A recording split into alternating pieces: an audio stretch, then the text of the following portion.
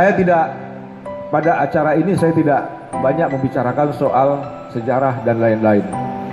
Karena nanti kalau menurut Pak Nanda ada session berikut kita dialog ya tentang kekusguruan dan hubungan ormas-ormas pendiri dan didirikan ini dengan Partai Golkar, dan itu nanti disampaikan oleh orang yang punya kompetensi juga bicara soal itu, Saudara Rolel Harahap ya. Beliau nanti jam 1 sudah hadir di sini. Nanti biar beliau yang mengupas lebih dalam hubungan Kusguru dengan Partai Golkar, hubungan Soksi MKGR dengan Partai Golkar, hubungan Al-Hidayah dengan Partai Golkar. Nah, Bapak Ibu dan sekalian, saya selalu menyampaikan kepada siapapun,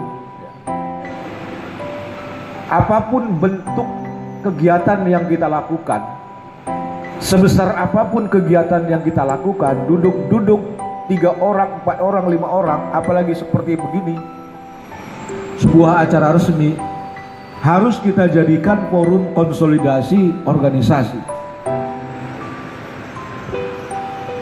Sarasehan ini bukan hanya silaturahmi, sarasehan ini bukan hanya dialog, sarasehan ini bukan hanya komunikasi, tapi ini harus kita jadikan ajang konsolidasi untuk memperkuat infrastruktur dan jaringan organisasi kita di Kota Medan. Komunikasi, koordinasi, dialog itu adalah bagian penting dari strategi konsolidasi Kosguru 1957. Jadi saya berterima kasih kepada Kosguru Medan yang sudah mengundang teman-teman pengurus kecamatan se-Kota Medan pada siang ini untuk melakukan silaturahmi, komunikasi dan konsolidasi organisasi. Konsolidasi organisasi ini, Pak Ketua Golkar Medan, selamat datang. Silakan.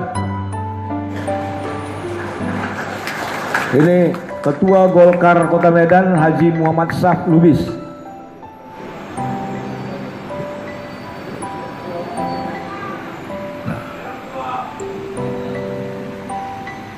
Bapak Ibu dan saudara-saudara sekalian, konsolidasi internal ini penting.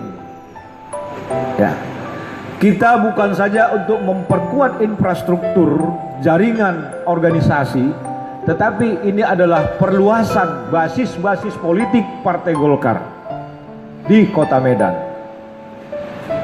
Karena tadi sudah disampaikan oleh Bang Armen Ginting bahwa Kosguru ini adalah bagian penting dari strategi pemenangan Partai Golkar. Oleh sebab itu konsolidasi organisasi Kosguru 57 di Kota Medan ini adalah bagian penting dari strategi pemenangan Partai Golkar. Perluasan basis-basis pemilih dan perluasan basis-basis suara Partai Golkar di Kota Medan dalam menghadapi pemilu 2019.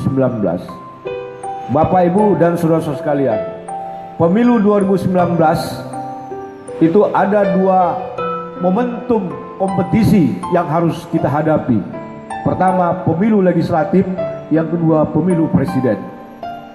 Pemilu legislatif sudah pasti ya, kewajiban Kosguru 57 dan kader-kadernya untuk memenangkan Partai Golkar di Kota Medan. Sekali lagi saya ingatkan, kewajiban Kosguru 57 dan kader-kadernya untuk memenangkan Partai Golkar di Kota Medan dalam pemilu 2019 mendatang. Golkar! Golkar! Mana suaranya? Ya, yang kedua, kewajiban kader-kader Kosguru untuk memenangkan kader Kosguru di dalam pemilu mendatang. Kader Kosguru yang dicalonkan oleh Partai Golkar.